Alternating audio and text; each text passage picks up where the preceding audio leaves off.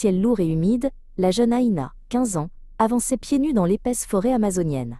Venue avec ses parents pour visiter un petit village reculé, elle s'était aventurée seule près du fleuve, fascinée par le reflet doré du soleil sur l'eau, et s'était perdue. La forêt semblait vivante.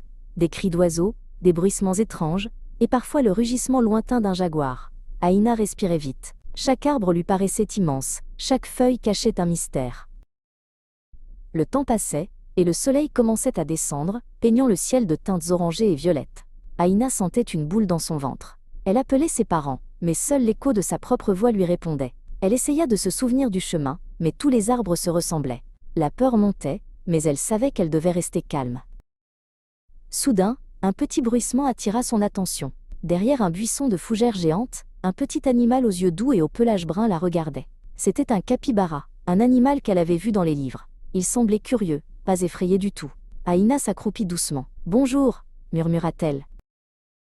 Le capybara, que Aïna décida d'appeler Pip, fit un petit son et se frotta contre sa jambe.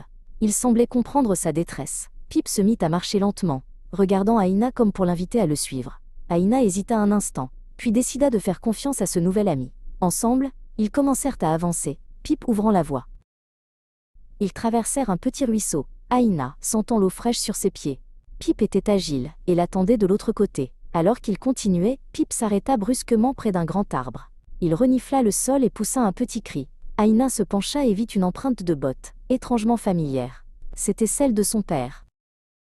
La nuit était tombée, et la forêt était devenue un monde de sons mystérieux. Pip trouva un creux dans un grand arbre, parfait pour s'abriter. Aïna s'y blottit, le capybara à ses côtés, sa chaleur la réconfortant. Les étoiles commençaient à scintiller à travers les feuilles, comme des milliers de petits yeux veillant sur eux.